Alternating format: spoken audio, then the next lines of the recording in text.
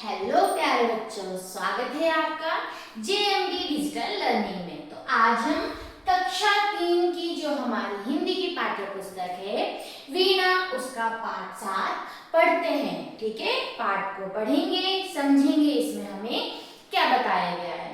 तो ये जो पाठ है इसमें है मित्र को पत्र, यानी कि यहाँ पर एक पत्र लिखा गया है एक मित्र द्वारा दूसरे मित्र को। ठीक है, क्या लिखा गया है? पत्र। ठीक है, खत लिखा गया है। जैसे कि हम आजकल क्या है मैसेज कर देते हैं, तो पहले नहीं होता है तो हम क्या करते थे, खत लिखते थे। तो एक दोस्त अपने दूसरे दोस्त को क्या लिख रहा है, यहाँ पे खत लिख रहा है, पत्र लिख रहा है। तो आइए देखते हैं उसने उस पत्र में क्या लिखा है। तो पाठ का नाम है मित्र को पत्र। ठीक है, मित्र को पत्र यानी कि दोस्त को लिख रहे हैं। तो यहाँ पे लिखा है प्रिय मित्र अभिषेक। यहाँ पर एक लड़का है, वो अपने दोस्त को पत्र लिख रहा है। तो जिसको लिख रहा है, किसको लिख रहा है? अभिषेक को लिख रहा है। और कौन लिख रहा है वो हमें, जब हम इस पत्र को पूरा पढ़ेंगे तो हमें लास्ट में दिखाया जाएगा रूपम। ठीक है, तो यहाँ पे पत्र कौन लिख रहा है?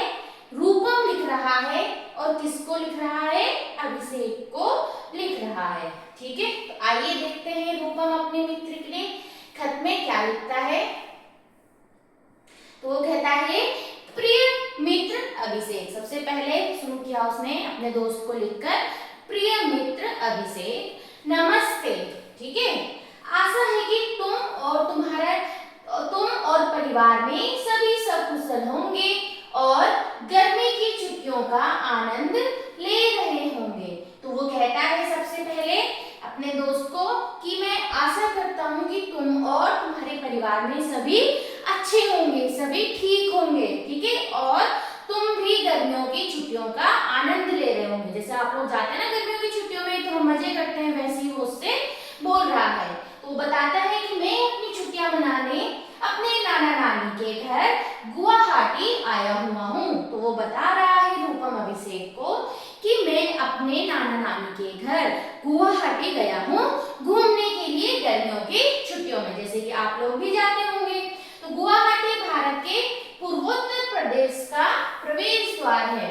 तो जो गुवाहाटी, जैसे हमारे भारत में अलग अलग राज्य हैं, ठीक है, कोई पूर्वोत्तर होगा, कोई दक्षिण की तरफ है ना।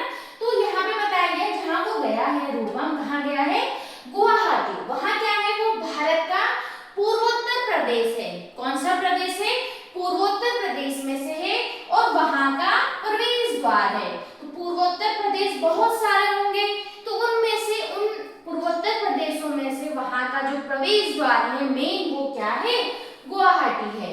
यह एक बहुत सुंदर और विशाल महानगर है जो ब्रह्मपुत्र नदी के तट पर स्थित है। तो यहाँ पे कौन सी नदी मिलेगी आपको?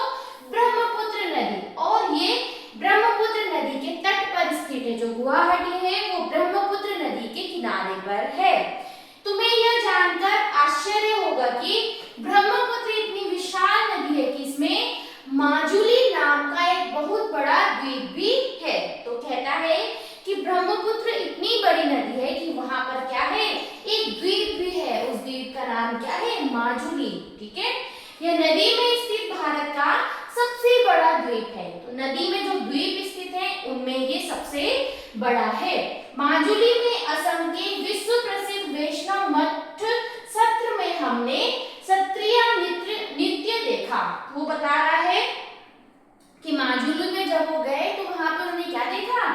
असम की विश्व प्रसिद्ध वैष्णव मठ सत्र में उन्होंने सत्रिय नृत्य देखा। सत्रिय नृत्य है वो देखा। यह भारत के शास्त्रीय नृत्यों में से एक है। तो भारत के जो शास्त्रीय नृत्य हैं उनमें से क्या है? एक नृत्य है। गुवाहाटी नगर के समीप नीलांचल पर्वत पर कामाख्या देवी का मंदिर स्थित है।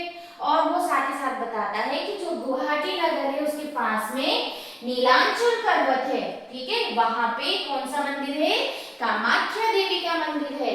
यहाँ पूरे भारत से श्रद्धालु दर्शन करने के लिए आते हैं। तो बताता है यानी कि बहुत सारी जगह से यहाँ पे लोग क्या है? इस मंदिर में दर्शन करने के लिए आते हैं। हम लोग पिछले गुरुवार को वहाँ दर्शन करने गए थे। तो बताता है कि हम भी वहाँ पे पिछले गुरुवार गुरुवार को गए थे। हम उमानंद मंदिर भी गए थे।